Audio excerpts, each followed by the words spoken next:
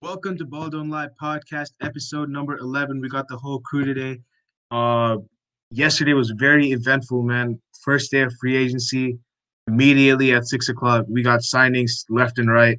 So we're gonna be touching on those signings, a couple trades that also happened. Some people who requested a trade, and also we're gonna be continuing our top 10 players at each position. And today we're gonna be doing the power forward list. And yeah, let's get it. Let's get right into it. So we're just gonna be touching on like eight major free agent signings. We're not gonna go over like every signing. The first one being Christian Wood, agreeing to a 3-year, $41 million deal to the Rockets. Now I'm pretty sure it was like originally 27, but he was like still like it wasn't like official yet. He was still like listening to other like offers, but he finally settled on the Rockets. I think for the Rockets this is pretty good because they get someone who's a pretty decent young center. I think the Rockets should start hitting the reset, and Christian Wood is a good start. They get a guy who's actually plays the center position and who has some size. For Christian Wood, he's getting that money, so you can't really be mad at him. He's going to be probably in a rebuild for a little bit, but he's getting that bag. So, what do you guys think? I think Christian Wood's a really good player. I know a bunch of teams were targeting him, but he eventually picked the Rockets, and I can see why. They obviously don't have a center, and he's going to be playing starter minutes there. And on a rebuilding team, he's going to get a lot of minutes. He's going to get to show who he is, move for them. But obviously, they're going to be a rebuilding team, so it's going to be a great fit there. All right, so I agree with Tejas. I think for Houston, it's a good move. I think he could have gone more money had he gone to another team. One of Harden or Westbrook. Yeah, I mean, I think that Christian Wood to the Rockets should be a good fit. I don't really know why he would do this, like Darian said. I mean, they look like they're going to be trading their two valuable players, Harden and Westbrook, obviously. And I really don't know why he would do this, but I think it's a good pickup for the Rockets. All right, next we have Joe Harris signing a 4-year, $75 million deal with the Brooklyn Nets. Now, whoever Joe Harris's agent is, they need a big time raise or a round of applause because I did not think he was worth this much money, but he's a very important player for the Nets, especially when Kyrie Irving and Kevin Durant are driving in. He's just a guy that can just knock down shots, and but 75 million is a lot for a guy that's just known to be a shooter. But for the Nets, I mean, they have to bring him back. He's just too important of a player. I just don't know about that contract. For him, I mean, he's getting that bag, and he's playing on a contending team, so it's a win for him. I completely agree. For Joe Harris, man, deserves that bag. He's a shooter, bro. I think he was the highest 3-point shooter about 2 years ago, but man, he can shoot the ball. But that contract, I don't know. I think he himself deserves that bag. Like, good for him, but I don't know if the Nets deserve to pay him that much. But they needed to keep an important shooter so that he could stretch the floor for Kyrie and KD, and I think it's a good move to keep him, but I don't know about the money. But good for Joe Harris, man. He deserves every penny, I think. I think this signing makes sense for the Nets if they want to use him as a trade asset for Harden, signing him on a big contract to help the salaries match. Otherwise, if they're not going to use him in a trade for Harden, he is an extra asset. I think Houston would want Harris, but if they're not going to use him at all in a trade package, I wouldn't give him about $19 million a year for just shooting. It's just like Danny Green got $15 million. That was a big overpay, but Joe Harris is obviously better than Danny Green. But I would probably give Joe Harris about like $14 million. That's probably like that's the amount I would give him. If they're not going to use him in a trade, I think they pay too much, and now they can't get any free agents because they signed him for such a long term, for a very long time. So, yeah, I guess we'll see what they do with Harris. I think the Nets really overpaid a lot. He's making almost $19 million a year, which is what I estimate Fred VanVleet to get. But I feel like the Knicks are going to throw him something like that. but I feel like Fred VanVleet's worth that, and Joe Harris is not near the player that Fred VanVleet is. So I feel like they did overpay a lot, and if they are using him to match contracts with the Harden trade, then it's a good idea. But I don't think that they should have paid him that much because I don't know if they can definitely pull off the Harden trade. I mean, I really think that Joe Harris does not totally deserve this type of money. I mean, it's like $19 million per year. We saw Montrezl Harrell sign that deal with the Lakers, which we'll get into later, I think. But I think that Montrezl Harrell got like half of that, what Joe Harris is getting. So I don't really think that Joe Harris is worth like $18 million a year. I would say maybe like 15, 16 a year. I wouldn't say about 19 a year. So I would say that's an overpay. I mean, great for Joe Harris, but I mean, I don't know about that too much for the Nets. All right, we're gonna move on now to Danilo Gallinari, who made a very surprising decision and signed with the Atlanta Hawks after he came out and said that he's done looking for the money and he just wants to win. So that was very surprising to me. I don't really know what he was thinking. I mean, Hawks might make the playoffs, but does he want to go to a championship contender or a guy that can just potentially make the playoffs? I actually don't know where he's gonna play either because they just drafted a big man in Onyeka Okongwu. They have John Collins. They have Clint Capella. Unless they move him to the 3, which I don't like because he doesn't have the mobility. I don't know how they're gonna balance all these minutes. They're gonna have to trade one of those big men, probably Clint Capella or John Collins. But I mean, for him, he gets the bag. He gets to he gets to space out the floor for Trae Young. So, I mean, I guess if it just depends on where they're gonna play him. That's the only thing. I think Gallo. I think what they're playing is they're gonna have Gallo play the small forward position. It's unorthodox, but he can stretch the floor. And by having him at the small forward spot, they can play Collins and Capella or Okongwu. I don't know what they're gonna do at that center spot. Maybe they'll have Okongwu play backup for a year. I don't know. But having Gallo at the small forward position would be key for them. And yeah, the other problem is that Gallo's not that good of a defender. So this could be a little bit of a problem, but I think good for Gallo for getting that bag. But I don't know what he was thinking. He said he wanted to be on a contender. I really don't. Maybe they'll make it to the playoffs, but I really don't know, man. Trae Young is still a defensive liability, and with another liability in Gallinari, I really don't know what they're doing. So for the Hawks, I think this is a really good move. I don't think he got overpaid, but I think with Gallinari, he kind of sold out here. He thought that he just wanted to go to a contender. He didn't want money, and then he saw the big check, and he just went to the team that could give him that. So I think the Hawks are locked now for the playoffs because in the East, especially if if John Wall's gone in Washington, I don't think Washington's a playoff team. East has a spot for Atlanta. I think they're probably going to get the 8th seed. They have enough talent to be a better team than the 8th seed, but I feel like their inexperience is going to show. I agree with Tejas. He has to play small forward. I don't think you should give him that much money and play him off the bench. I just think this is actually a good fit. I'm really surprised he went to Atlanta. He was also paid, but he said he said he didn't really care about the money. I was just so surprised when I saw the news.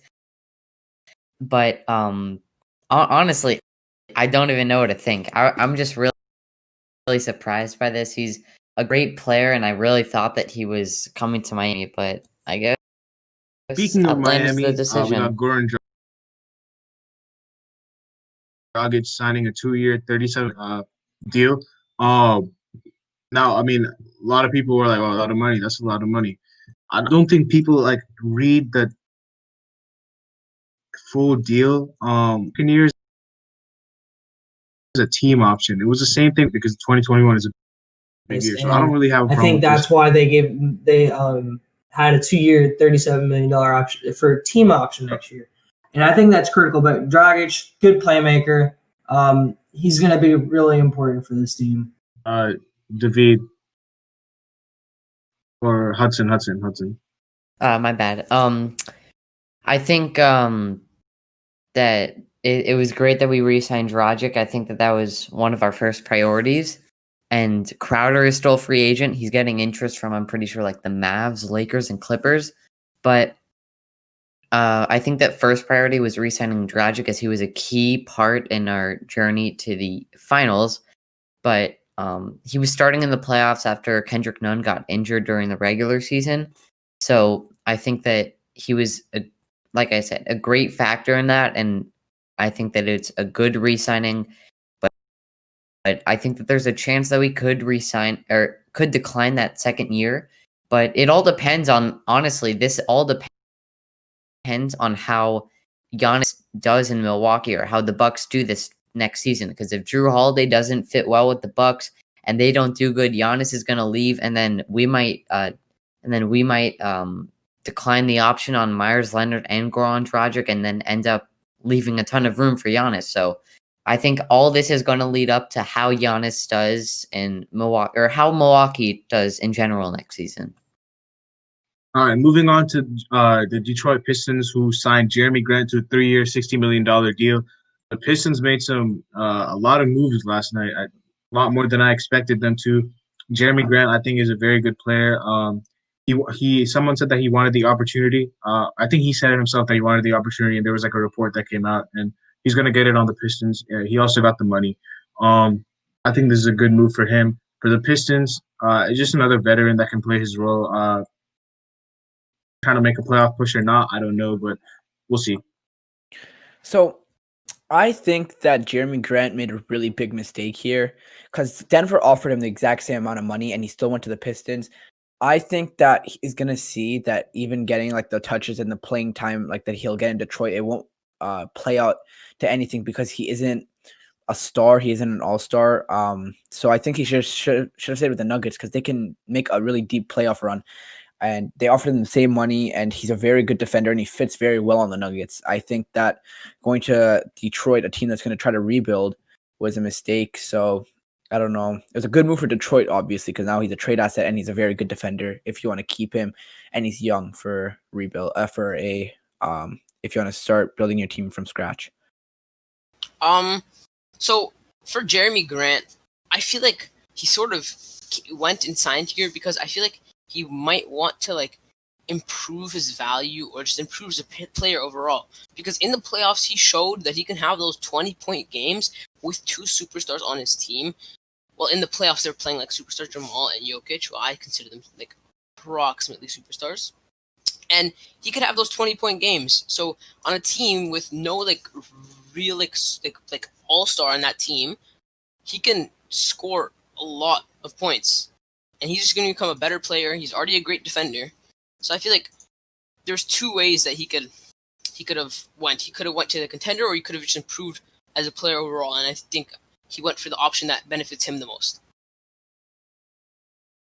Next, moving on to the Washington Wizards, who re-signed Davis Bertans to a 5-year, $80 million deal, which is a lot of money, but he's a very good shooter.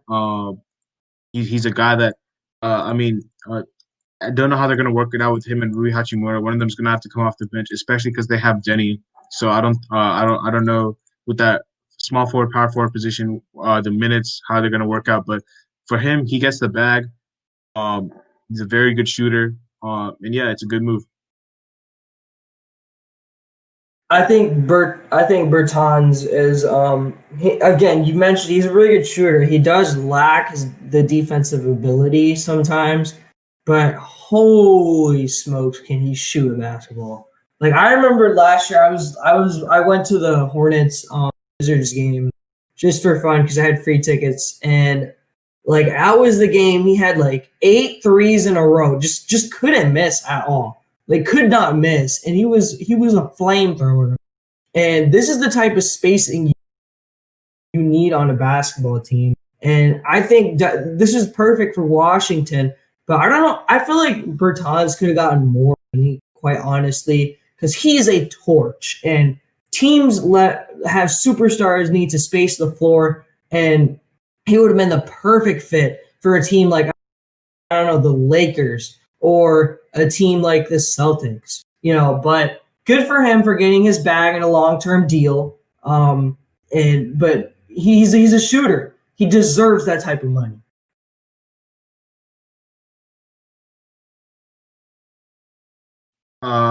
Hudson, do you have anything to say about Davis Bertans? I mean, not too much, but I think that he definitely deserves that. And like you said, he proved that he can easily shoot the ball. He was in the 3-point competition last year, and I think that he definitely deserves the money. So it's a great move for Washington, and as he's only making like 15, 16 a year, and also for Davis Bertans. All right, now moving on to the last like major signing that we're going to be talking about is Montrezl Harrell going to the Lakers. This set like Twitter, social media, Instagram on fire because they had just lost Dwight Howard, so it was pretty funny that he left the Clippers to go to the Lakers. I don't really have much to say about this. I'm gonna let the Lakers and Clippers fans duke it out. What do you guys think about this? All right. So I think this is a great move by the Lakers. We just replaced Dwight Howard with someone that is better than him on offense, and he's younger than him. So I think now the Clippers fans are going to try to diminish what Montrezl Harrell really is. Like David, he's like, oh, he's a bad defender. Oh, he choked in the playoffs, which I was saying before, and he was denying that. But now he's saying, oh, he actually did do that, right? Because you lost him. You lost your third best guy. You lost your best bench player. You lost your sixth man of the year. And now the Lakers are set, and we have a bench now. And LeBron got more pieces to play with. So the Clippers are a certified first round exit, second round exit. They're not making the conference finals. They are they are the definition of choking. So Kawhi Leonard, he's gonna leave the Clippers in free agency. He shouldn't have left Toronto. The Clippers' entire franchise is falling down, and Steve Ballmer is gonna sell the team so he can get more money. I feel like everything this man just said right now is blasphemous. He's talking about how the Clippers are falling down and everything, but I feel like Montrezl Harrell is a guy who in the regular season played great. He was a great player in the regular season, right? In the playoffs, he averaged like 10 points. He's a 6'7" center. He gets bullied in the post, okay? He does what he can against the guys, but there's nothing like he can do against Jokic. When the Clippers were playing against the Nuggets, he was getting destroyed. Jokic was having a field day when he was getting defended by Trez. That's why Clippers, they were playing Zubats, who isn't a great defender either, but he's much better than Trez. Way more than Trez was getting. Trez was a guy averaging 18 points in the regular season. In the playoffs, he only averaged like 10 points. Can't shoot. He's 6'7", and he choked in the playoffs. So he is a great regular season player, but I feel like this isn't a huge improvement to the Lakers because they don't necessarily need more scoring, and they just lost some defense. All right, so quickly, I just wanted to respond. The reason why Montrez played so bad is because you guys expected him to be like the best player he could possibly be, especially when Kawhi and Paul George, or let's leave Kawhi out. If Paul George is scoring 10 points in a game 7, you need Montrez to do well. You're putting so much pressure on this guy. If he's on the Lakers, he's going to be the fourth option scoring wise. On the Clippers, when Paul George is choking and he's hitting the side of the backboard, you need him to be bigger than that. Montrez is going to fit perfectly on the Lakers with LeBron. He's a dog, and we're going to take him. I hated him on the Clippers, and now you're going to hate him on the Lakers. The rivalry just got a lot deeper, but it won't be a competition like I've always been saying. You lost to Denver. How are you going to beat us now? All right, now we're gonna move on to a quick game. With John Wall requesting a trade officially yesterday, we're gonna play a game called Who Says No. We've done this before. With I think Drew Holiday, Russell Westbrook, and Chris Paul. It's just a couple trades that I'm gonna read out to the guys, and they're gonna tell me who says no in this situation. So first we have John Wall to the New York Knicks for Kevin Knox, Julius Randle, and Frank Ntilikina, and 2021 and 2023 first-round picks. What do you guys think? Who says no? All right. So I think this trade, if they keep the original outline picks, I think New York shouldn't do this. John Wall is coming off an injury that like sidelined him for I think 2 years. I'm not sure if they want to give up these young assets, Frank Ntilikina, Julius Randle, Kevin Knox, and 2 first-round picks. I think it's the picks that are bad. I think if it's one pick or if they remove like Kevin Knox, even though he's not that good, he still is young. And I think it could be a trade that New York does. I think Washington Washington either way because they're just getting young assets for John Wall and his value isn't too high right now. But I guess we'll just see. I don't know if this is gonna happen. I think this trade, it's not that good for the Knicks. You don't want someone who's coming off an Achilles injury. It's 2 years too. You're giving up assets. I just don't think it's worth it at all. And I mean, for the Wizards, that'd be a great deal. You get 2 first-round picks, and the Knicks might suck, so they might be in the lottery. But if I'm the Knicks, I'm not doing this deal. Yeah, I agree. I feel like the Knicks would be giving up too much here because John Wall is just coming off of an injury that lasted 2 years, so you don't know what's gonna happen. You don't know if he's gonna be back good or not. So I don't think the Knicks would do this, and I think the Wizards would. All right, the next trade we have is John Wall to the Orlando Magic for Markelle Fultz and Aaron Gordon. So I mean, I'll go first on this one. I don't know if I don't know how this trade would work for Orlando because they just drafted Cole Anthony. So unless they run Cole Anthony at shooting guard, I don't really see a reason to trade for John Wall. But for the Wizards, I think Fultz and Aaron Gordon is an okay package, but I'd probably want another pick in there. What do you guys think?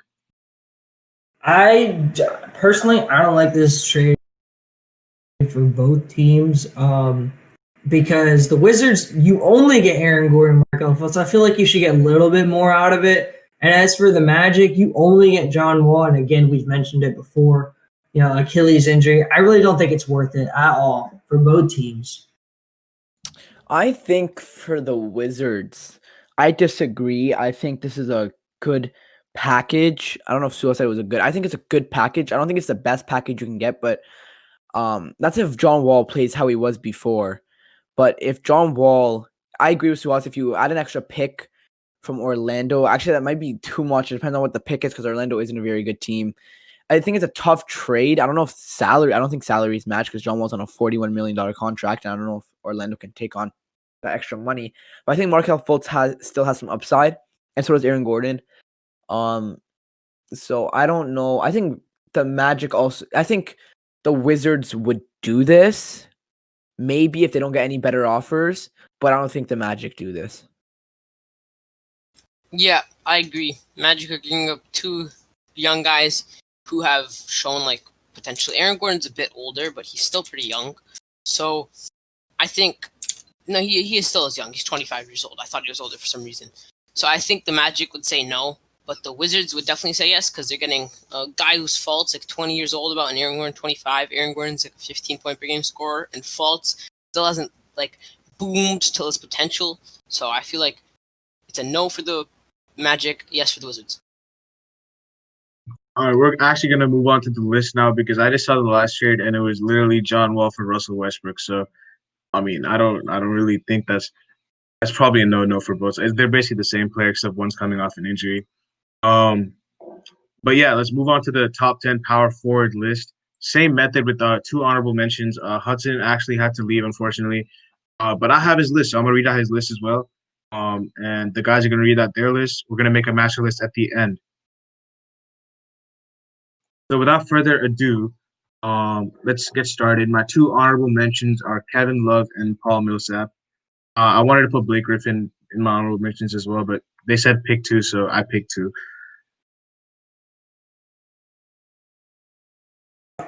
In my honorable mentions, I have Tobias Harris and Aaron Gordon. For my honorable mentions, I only put one guy because I wasn't really thinking of anyone else. I put Zion as my honorable mention. I can't just put 2 honorable mentions, man. Okay, I'll say 3. Tobias Harris, Zion, and LaMarcus Aldridge. Draymond Green too. LaMarcus Aldridge is a center, but yeah, Draymond Green works. My number 10 is Tobias Harris. I think that Tobias, the reason he's a little bit low, I think in the beginning of the season he would have been a little bit higher, but I think the reason he's like very low for me, and I was even debating like taking him off the list, was because in the playoffs, he didn't really take that next step when Ben Simmons got injured. But I thought in the regular season, he did pretty well, averaging about 20 points a game as a third option on the Sixers team that had Ben Simmons and Joel Embiid. I think that he I don't think he can be like a go-to guy on the team, but as like a featured player, he's a pretty good player. So yeah, I got Tobias Harris at 10. Hudson has Kevin Love at 10. Assuming just because he's a very good stretch four and good offensive rebounder back in his day. I have Blake Griffin at 10. I think you're sleeping on Blake. I mean, yeah, he's been through a lot in terms of injuries. But he can still stretch the floor, and he's one of the most dominant. He's got athleticism. But I think he's better than Tobias Harris. They both were They both were traded for each other. But I think Blake Griffin is 10 on my list for his athleticism and his 3-point shooting. So my number 10 is the same as Hudson's. I have Kevin Love at number 10 for the reasons Suhas kind of explained. He's a stretch four. He played the games. He played the regular season out. He scored pretty well, better than these other guys that I don't have on my list. So I have him at number 10, and he was a good member, a very important piece on a Cleveland team that won the championship and made it to the finals. So that's why I have Kevin Love at number 10. I also have Kevin Love at number 10, same as Dorian and Hudson. He was that great guy on the championship team. He was an 18-point per game scorer. He's a great rebounder. So I feel like he's just better than some of the honorable mentions. So I have Kevin Love at 10.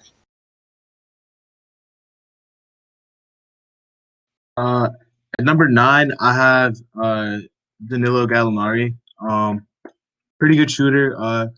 And he's a very good scorer, but defensively, he got exposed in that Rocket series a lot. I had to knock him down for that. He was just a very big liability. Didn't really do much. Like he wasn't really himself in the playoffs, and that's why I had to knock him down a bit. I think the guys above him have just shown more in them. But yeah, I think 9 is a pretty good spot for him. I also have and Hudson had John Collins at number 9. No, keep going. I also had Gallinari at 9. He's a good shooter, but we've mentioned it before. He's sort of a defensive liability. He was exposed in the playoffs. That's why I've got him at 9. But he's a really good shooter, and I think he can finish pretty well. So for those reasons, that's why I have him at 9. For me, I also, again, agree with Hudson. I have John Collins at number 9. I think when you compare him to Danilo, obviously he's a better defender, but offensively they aren't even like comparable. I think Danilo Gallinari had a better season on a better team. That's why I have John Collins below him. John Collins is a young player. I think he might have a better season next year. So I think that's why John Collins is my number 9, and he's worse than Danilo Gallinari as of right now. I also have Danilo Gallinari at 9. So I'm not going to talk about what Dorian said about John Collins. So I'm just going to say that why Danilo Gallinari is not. But he's slow to the point where he can't use his length to his advantage. So maybe if he increases his Collins, Dorian is kind of underrated John Collins' scoring ability. Definitely, I think like since like they're both on the same team, if you had to ask me like who was the second scoring option besides Trae Young, I'd say Collins over Gallinari. Hudson has Domantas Sabonis at number 8. He's that perfect lob threat for Trae Young. This man averaged 22. I mean, that's why I think he deserves to be 8 on this list. But the other thing is he fits that power forward role. Like he rolls to the rim. His 3-pointer is not that great, but he can still stretch the floor. But that's why I've got him at 8 on this list. All right, so I have Gallinari at 8 on my list. I don't think it's fair to say I underrate Collins. I just don't think he had a better season, or like he scored more points, but he had a bigger role on his team than Gallinari did. Gallinari had 3 great guards on his team that also scored a lot. John Collins had 1 guy that just scored a lot, so that's why I think it's unfair to put their points. I still think Gallinari was better, and his team was in the playoffs. So that's why I have Gallinari at 8. I think, as I said, next season, I think Collins is going to be better than Gallinari because they're on the same team now. They have the same role. And their percentages, if John Collins also can't shoot, Gallinari can. So that's why their percentages are different. So if John Collins shot as much as Gallinari did, his percentage would be lower. That's why I have Gallinari as 8 and John Collins at 9. Okay, I just want to say something about what you just said. Did you just say John Collins can't shoot at all? He shot almost 4 threes a game this season and shot 40% from 3. Are you, like, on the weed, as Stephen A. Smith says? So, and also what you said about how he's not a better scorer. Yeah, I get his teammates, his worst teammates, but he also has Trae Young. The guy shoots, like, more than 20 shots a game. Trae Young is one of the most high-volume scorers in the league. He probably takes the most shots in the league other than Harden and Beal. So, and John Collins also shot 14% better from the field. So I think he's definitely better than Gallinari as he's a better finisher. I would say slightly worse shooter because he doesn't take as many threes, obviously. And they're around the same percent. And I would say he's a better defender, not by far, but he is, and a way better rebounder. John Collins is definitely over Gallinari in my eyes. Wait, is John Collins your number 8?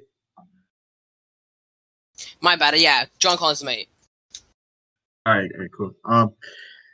Moving on to number 7, I have Kristaps Porzingis at 7. The reason I have him so low is because he just can't stay on the floor. Like he's so injury prone, and I have the guys I have above him have shown that they can do it on better, like on they can do it for more consistently on better teams.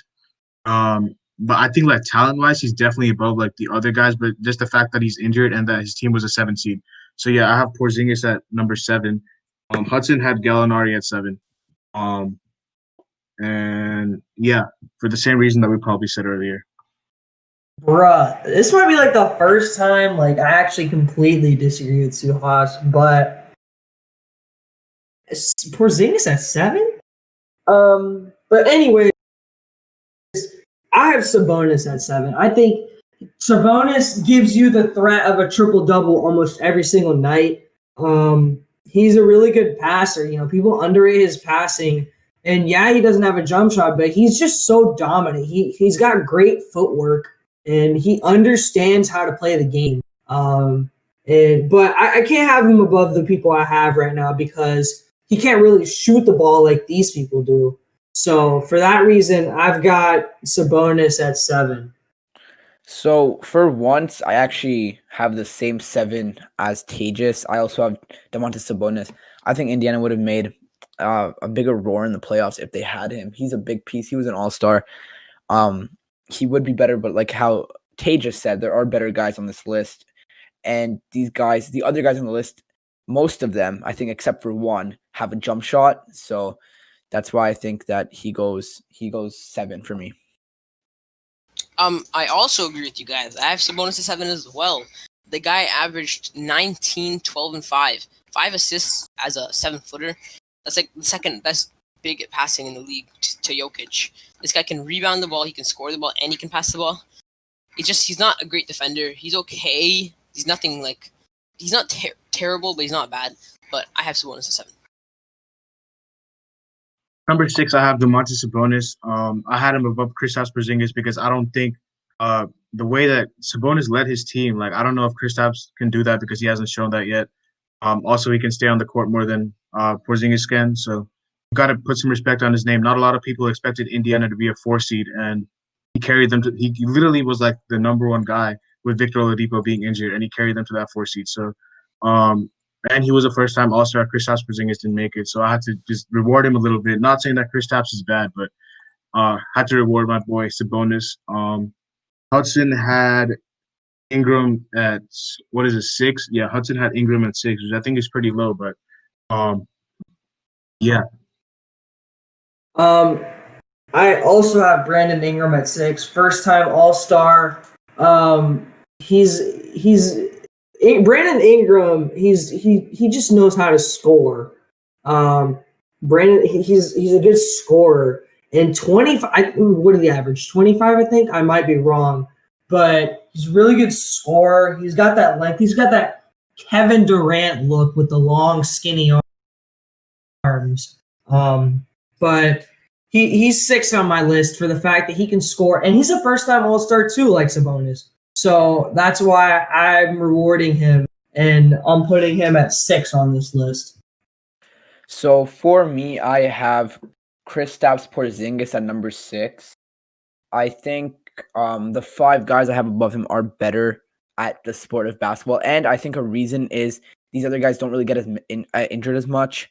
If Kristaps was a guy that never got injured in his career, I think we all know he would have been one of the better players in our league. He was great on the Knicks and on Dallas. I think next year, if he doesn't get injured, they're a pretty good threat for some of the contenders, the top contenders.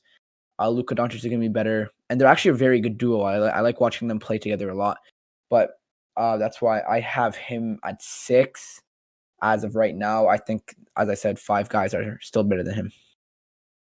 I actually have a two-way tie at 5 and 6 between Porzingis and Ingram. So I think that Porzingis is the better player, but he gets injured so often.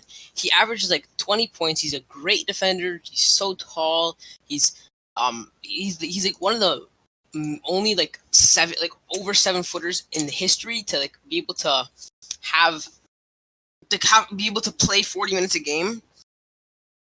So I have those two tied because Ingram is a better scorer. He's more reliable. He doesn't get injured as often, and he's an efficient scorer too. Sorry, David, could you? Oh, sorry. Could you choose one? Yeah. Choose one at 6. Yeah, you have like for our list. You have to, because we have a tiebreaker for our master list. You have to choose one. No. What's it called? Suas has Porzingis at 7, so Ingram would be above him. No, on your list, who would be number 6? Yeah, you just choose I one. have Bro. a two-way tie, but I'm saying for the master list, Porzingis. choose No. No. David, just talking about pick your list. one for 6. Yeah, I know. I'm saying I have a tie. No, No, have to you choose can't one. have a tie. Well, I'm having a tie. All right, listen. Okay, if on the master list we have like a conflict at the end, like let's like finish off this list, and if we have a conflict at the end, David, you're gonna have to pick one person because Well, I mean, right now we can't, don't make the master. don't have a conflict because you Yeah, have him we- at 7. I'm saying if we do, then you're gonna have to give a person. Okay. Bro, you don't have to If we- be. But I'm saying, Why are you so I don't- stubborn, man? Just choose one. I don't want It's to not do that that. hard. I'm not tied. Bro, All right, we'll just move on. like If a we little have a girl. conflict, you're gonna have to give one to David. Yeah, I know. All right, what are we on? Number 5. I have Pascal Siakam at number 5. The reason it was very close between him and Ingram, The reason I have Ingram higher is because he was like in the regular season, he scored more and he led. He was a big part of why the Pelicans were even in the playoff picture, like with Zion being injured. In the playoffs, Pascal Siakam fell off a bit, so I had to knock him down a bit for that. But I think it was very close between him and Ingram. I was debating it a lot, and I finally put Ingram at 4 and Pascal at 5. Hudson had Porzingis at 5, and probably because of the same reason that we all stated earlier. But yeah, I'm not gonna hurt David anymore. I have Porzingis at 5. I mean, I don't know why y'all. I know you mentioned the injuries, and yeah, they do derail. But Porzingis, his skill set is so elite. He can shoot the 3, but he's the unicorn for a reason. He can shoot. He's a decent defender. He's a great finisher. He's got all of it. Yeah, he's injured sometimes, but you can't really derail a player for that. His ACL injury was probably the worst one. And yeah, he got hurt in the playoffs, but he still put it out. He put everything out there while he was hurt.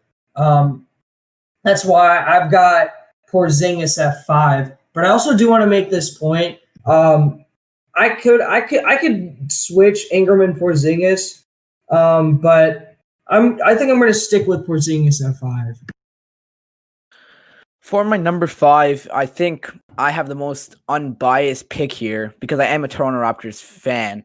I have Siakam at 5. I think it's very unfair to say he's better than Ingram because Ingram had a better season and Siakam choked in the playoffs, which makes him worse.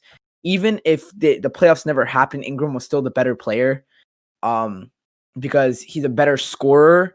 he's worse defensively, but I think he doesn't have he's in Zion's shadow now, and he's worth more and his values more. And I think Siakam, although he is a better defender, he's not a much better defender. I think Siakam's defense is being overrated by David a little bit, I'm assuming.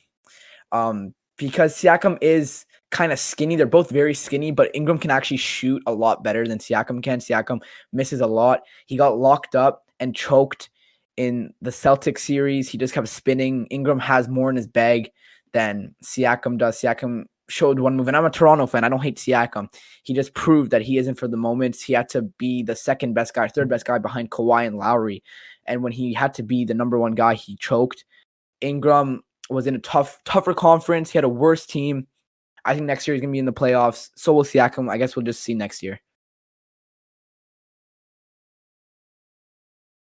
All right. And since David had a tie, we'll just move on to what is it, number 4? I had Ingram at number 4. I think a lot of people are really underrating how good Brandon Ingram is, bro. The man, if we just compare him to Siakam, offensively, he blows him out the water, bro. Siakam has one move, and that's a spin.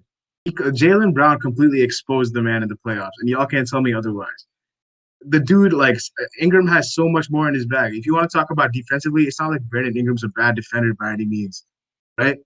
Like, he's still a very good defender. It's just Siakam is also a very good defender, maybe better than Ingram. But come on, bro. Brandon Ingram, offensively, he has definitely way more in his bag than Siakam. And I think the fact that Siakam just choked in the playoffs, you have to knock him down. And Brandon Ingram won the Most Improved Player award after only averaging about 18 points with the Lakers last year. Being the number one guy, I think Ingram is more suited to being the first option on a team than Siakam is. I think Siakam is better as a featured player. So that's why I have Ingram above Siakam. I don't want to piss off David, but I have Siakam at 4. But you could also make the case that he could be at 5. But the only reason I have Siakam at 4, he did play really well in the NBA Finals 2 years ago. But yeah, he did choke last year as the first-year option. But I just want to make this point that Ingram, I would put Ingram above Siakam. If Ingram can make it to the playoffs and prove he can actually do a good job alongside Zion. But I have Ingram at 5, but Siakam at 4. I also want to make this point. Y'all mentioned Jaylen Brown locking up Siakam with his spin move. I want to make this point. Before the series, the Celtics-Raptors series, a lot of Raptors fans were chapping and wapping about how Siakam was better than Tatum, how Tatum was nowhere near Siakam. But I think it's very clear now that Tatum is better than Siakam, and not only that, Jaylen Brown is better than Siakam. It's very clear to me Jaylen can score as well. But I would take Ingram over Siakam too, but I'm not going to because Ingram hasn't shown enough. He hasn't even gone to the playoffs at all, but that's why I've got Siakam at 4. All right, so Tejas was spitting facts until he said Jaylen Brown is better than Siakam. That's very sad to hear. I guess the Boston Celtics delusion has reached your brain even further. Anyways, I'm with Suhas on this one as well. I have Brandon Ingram at number 4 for the reasons he said. There's no reason for me to get into depth. I already explained why he's better than Siakam, but he's not better than the top 3 guys on this list. That's just it. Oh, finally, my time has come. You guys are talking about how Ingram's a way better scorer than Siakam, but in the regular season, Siakam had the better team with the second best record in the league. He averaged 1 less point per game and was about the same efficiency. Tell me how that's a way better scorer, right? Tell me. I want to know how that's a way better scorer right there. And who's the way better defender? Tell me that right now. Who's the way better defender? Who's the way better defender? None of them. Okay, they're literally both good defenders. What are you talking about? Siakam's slightly better at defense. Ingram can You're pass acting better. like Ingram is a liability. He's not. I'm we not saw saying in the liability. playoffs. Ingram's a decent defender, but Siakam's a really good Ingram defender. can pass saw better. it. Siakam was getting exposed by Tatum, especially in game 7. Ingram averaged the same amount of assists per game. I don't know what you're saying. Siakam was the reason that Ingram was crossing the hell out of Siakam out. Literally, you can't defend that argument. Ingram was crossing the hell out of Siakam. You Bro, say Brandon Ingram? Ingram could score better. He passes Brandon better. Ingram He can score shoots better. better. Brandon Ingram's only move isn't a spin move. Okay, Siakam can Look at spin better Siakam though. spins his way like a monkey. Like Let's no, wait for next season, and then I want you to Listen. tell me who the better player is. Okay? Okay, next season I hope Siakam improves, but in my opinion, he was the reason that the Raptors lost that series. Everyone else showed up besides him. Okay, yeah. So I have to was knock the him reason down. he was Everybody, the reason they lost, but I nobody don't, choked except for him. okay. Okay, he was the reason they lost, but I don't think that makes him worse than Ingram. Well, the best player is the reason Their he lost offensive to ability Kawhi. is you guys are He's supposed to be their- overrating he's the supposed to be their hell best out of player. Ingram's offensive ability. You guys are Ah, overrating yeah. the hell out of Go it. cry Clippers He fans. averaged Okay, 1 point more. Clippers You guys are fans, go saying way better score. You guys are smoking. cry. Paul George As the best player on your team, supposedly, like a lot of Raptors fans are Whose just team calling had him the the second? best player. Whose team had the second best? Listen. that Let me was in finish. the Let me regular finish. season. David, Let me finish. Let me finish. Ingram Let me Ingram didn't finish. even make the playoffs. Paul George scored 10 points As in the the game best 7 kid. player, as the best player on the Raptors team, you can't be the reason that you lose Facts. a series. Facts. Yeah. Okay, No, once but Ingram If makes he the was the playoffs, then we second, can if talk he was about that. if he was If not the Ingram best if player, then Ingram I can make wouldn't the blame playoffs him and as then much. do better than Siakam, Bro, we can talk about who would that. have Look at been his team. Look at his team. Look at So his team. take Ingram Look away at from the Ingram's team and Pelicans, take tell me, Siakam out. Bro, Oh, Raptors wait, are still can playoff Pascal team, like Siakam top make the 5 playoffs seed. with the Pelicans they're not a without top 5 Zion? team without Siakam. Yeah, they are in the East. Yeah, they are. They would have made No, it they're not. without Siakam. Yeah, they Ingram, are. Yeah, they They're are. better. They're better They're than the not a top Pacers. 5 team without Siakam. Yes, The they Pacers are. were a top 5 team. The Pacers were a top 5 team. You don't think Yeah. they're better than the Pacers without Siakam? No, Okay, yeah, just go crack. Come they on, lose. bro. They lose their Clippers fan. Alright. score. Let's move on. Number 3, I have Jason Tatum. I think you have to have him at 3. You can't have him above the other 2 guys. I think this should be unanimous. Hudson also had Jason Tatum at 3. He's a better player than everyone else that I listed. Took the Boston Celtics to 6 games against the Miami Heat. Like offensively, he's a very good scorer and he's a very good defender. Like Celtics are. I think there were rumors that they're gonna pay him the max, which is pretty. I mean, like it's pretty expected. Like he's their franchise player. He's probably like on the top 5 to top 10 players of like people that I'd want to build around. If I had to pick like maybe 5, if I had to like choose 5 players, he'd be on that list. So yeah, Tatum is number 3 for me. Yeah, this should be a no-brainer. Tatum's at 3. I just want to make this point. Y'all, the thing about Tatum that I didn't really expect it out of him. I thought he was just going to be that go-to scorer mentality, 30 points per game. But he kind of surprised me. He started passing the ball a lot more. His vision got better, and he just improved throughout the playoffs. He averaged 5 assists a game throughout the playoffs. And he just got better and better and better. And that's why he's better than Siakam. That's why he's better than Brandon Ingram. He's better than Porzingis because he can do it in the playoffs. He made it to the Eastern Conference Finals twice in the last 3 years. And who knows, maybe I'm not saying for right now, but maybe one day in the future, he could be better than what Giannis is. But I'm saying in the future, not now. Not now, in the future. Because Tatum's only 23 right now. Okay? And this is Anthony Davis's what? First Supporting cast. away. I think this Boston team is definitely not. It definitely won't win the championship built like this. And I think he has to either drastically improve that. Jason Tatum can be a 7-time All-Star in 8 years. Then go ahead. But I don't think he can be. If you can also tell me he'll be back to 2 or 3 more years until he's in the. You can compare him to AD or Giannis. I think can be the best player in a championship team or Giannis' level. Those are going to go down as all-time greats. And Tatum is going to be we're going to remember. I don't think he's going to be on that level. I just want to make this quick point. I said in the future. Ain't nobody saying right now. We're never going to deny the greatness of Anthony Davis or Giannis, for sure. They're probably going to end up as Hall of Famers, no doubt. But I'm just saying, don't be surprised. Like AD and Giannis are girl dudes. So I also have Jason Tatum at 3, but I also completely agree with Dorian. I don't think Tatum will get to that Giannis or AD level. I don't I don't think that's gonna happen. He's not too much younger than these other guys. He's only 2 years younger than Giannis and 4 years younger than AD. So while he's improving, they're still going to be improving. So I don't think he's going to get to their level. All right. Next at number 2, I had Anthony Davis. It was very close between him and Giannis, but I had to give Giannis the nod. I think Anthony Davis proved himself in the playoffs, and I think Giannis did struggle. But I think part of the reasons that the Bucks were so bad is because they have an absolute clown in charge as their coach. I don't care about his regular season. In the playoffs, he's not a good coach.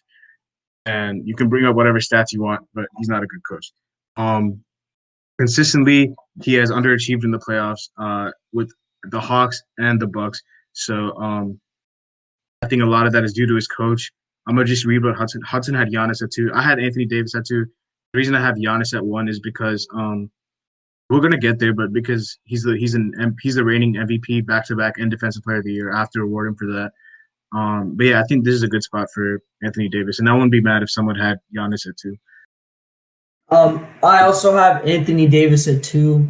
It's really close for me as well. Both of them are probably almost on the same level. You could argue these are going to be the 2 best power forwards for the next 5-6 years coming. You can make the case that maybe someone else pops up. I don't know, maybe Zion or Tatum or Siakam. But for right now, for the next 5 years, these 2 are going to be the best 2 power forwards in the league. No doubt about it. But I've got AD at 2 right now. I don't think he's going to – he doesn't have the accomplishments Giannis has right now in terms of MVP and defense. Or wait, no, I think – did Anthony Davis win Defense Player of the Year?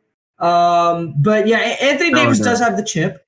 Yeah, Anthony Davis does have the chip, but Giannis has the MVPs and the Defensive Player of the Years. So that's why I've got Anthony Davis at 2 for right now. All right, so I have Giannis at 2, and I completely understand why you guys have AD at 2. But I'm just going to quickly explain why I think AD is better than Giannis as a player. I don't think he's a better first option than Giannis, but I do think because Giannis is obviously more well-rounded, he plays like a guard in some way. But Giannis is 3 times less All-Star. He's been an All-Star like half of his career. They have the same amount of All-NBAs. Giannis has less All-Defensive teams. He won DPOY, and I do think he robbed AD. I think AD is a better defensive player, and Giannis was too scared. And I know the coach said they didn't put him on Jimmy Butler, but the best player guards the other team's best player. And if Jimmy Butler is going on fire, you have to. If you're the best defender in the world, if you're the best defender in the NBA, you have to guard him if you're able to. I know LeBron even went on Jimmy Butler. LeBron's not a Defensive Player of the Year candidate. He's probably not even top 15 defensive player, maybe not even top 20. But LeBron went on Jimmy Butler. Why can't Giannis?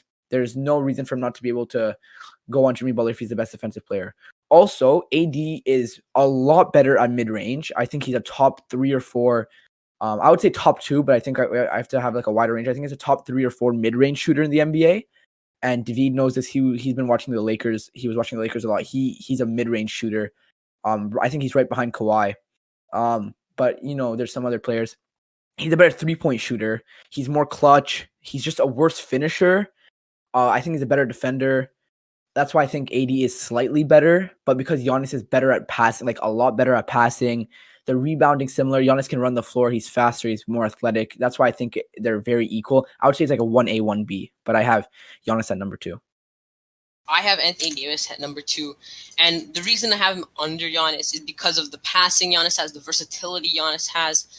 Because Giannis, he can just sprint down the floor, and if he's not getting his own shot, he can just make not a perfect pass. He can make a good pass to a teammate, and I feel like that versatility that he provides. I mean, AD does have the shooting. He is one of the best 3-point. He's one of the best mid-range shooters in the league. But I still feel like that passing just gives Giannis the edge. They're about equal defenders, in my opinion, and about equal rebounders. And I have AD at 2, Giannis at 1.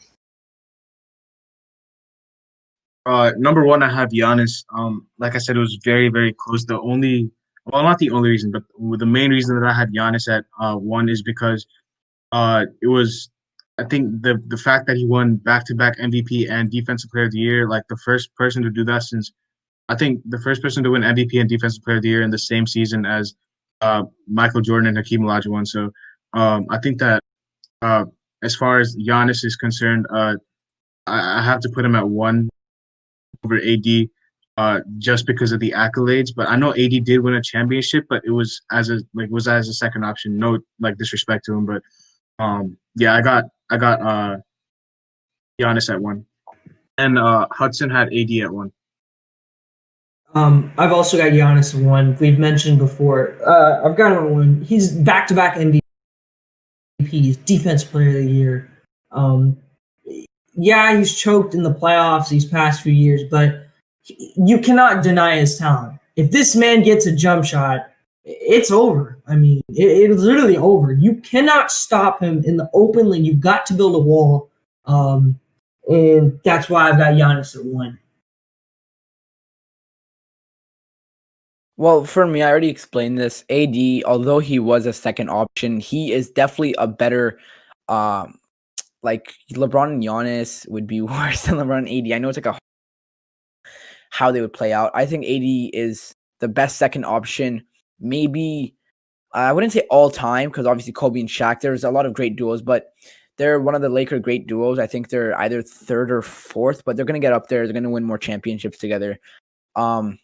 They're a great duo, and I think AD, as I said, Giannis is a better first option for a team because he's more well-rounded, I would say, for as an offensive and defensive player combined. But I think as a player individually, AD is the better player. But I think it also depends on what team you're putting each of them on.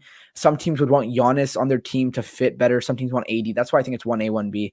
But that's why I think that AD is higher up than Giannis. I agree with it being 1A, 1B, but I also have Giannis at 1. But yeah, Giannis is the player who's more versatile. Like I said earlier, he just doesn't have the jump shot he does. The passing is what gives him the edge, really, to me. So yeah, I have Giannis at 1. All right, so Hudson is actually back. He's going to talk about his reasoning behind.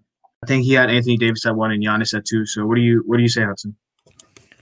All right, well, I just hopped in for a second right before, and I heard Tejas saying that if he gets a jump shot, it's over, and he's dominant in the paint, and I agree with that. Like, he's dominant in the paint. He's probably the best in the league, and I think if he gets a jump shot developed, then he easily becomes the MVP again. But I think that until then, all teams have to do is build a wall right, like by the elbows and right by the foul shot, and he can't score. That's exactly what the Heat did, and I mean, we all saw how it worked, and the Heat ended up beating them, and 5 should have been 4. So I think that Anthony Davis already has that jumper settled. He can shoot from anywhere on the court, from 3, from mid range is a killing, and then he's dominant in the paint too. So I think Anthony Davis is only better right now, just because he has that jump shot developed already. But if Giannis can get that up, then I would definitely put him there at number 1. All right.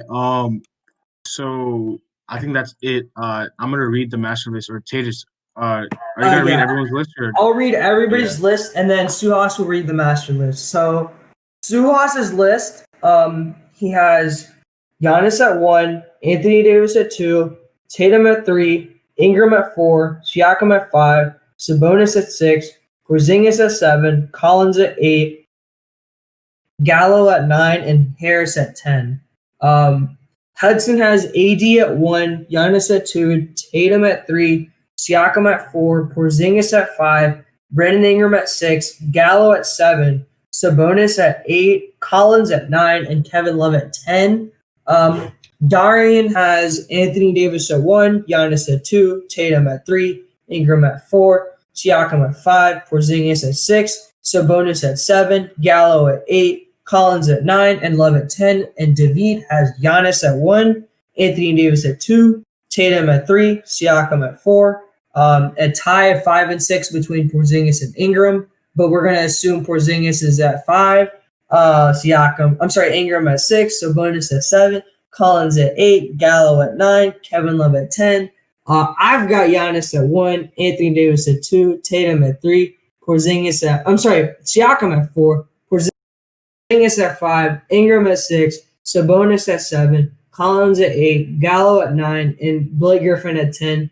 And that should be our list. Yeah, And I'm Hudson gonna will have a picture on the YouTube channel, like during this video, of all our lists so that you can see how we rank these power forwards. All right, I'm gonna read the master list now, which is a combination of all our lists.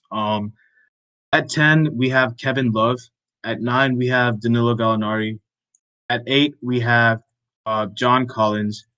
At 7, we have Domantas Sabonis. At 6, we have Kristaps Porzingis. At 5, I have Brandon Ingram. At 4, I have Pascal Siakam. At 3, I have Jason. We have Jason Tatum. At 2, we have Anthony Davis, and at 1, we have Giannis. Pretty good list. Gonna wrap up the episode now. Please make sure you guys leave a like, subscribe, hit that bell so you guys don't miss any video. We're gonna be doing our centers next. Finally, the positions are gonna be done. Centers. We might even do stuff like coaches and maybe ranking top 25 players, under 25. If you guys have any ideas, please let us know down in the comment section. And as free agency keeps progressing, as bigger and bigger free agents sign, we're going to be giving you guys updates weekly. But yeah, make sure you guys comment down below, like the video, and subscribe. And make sure you guys follow us on Instagram at _BaldwinLive Podcast. And yeah, we'll catch you guys later. Peace.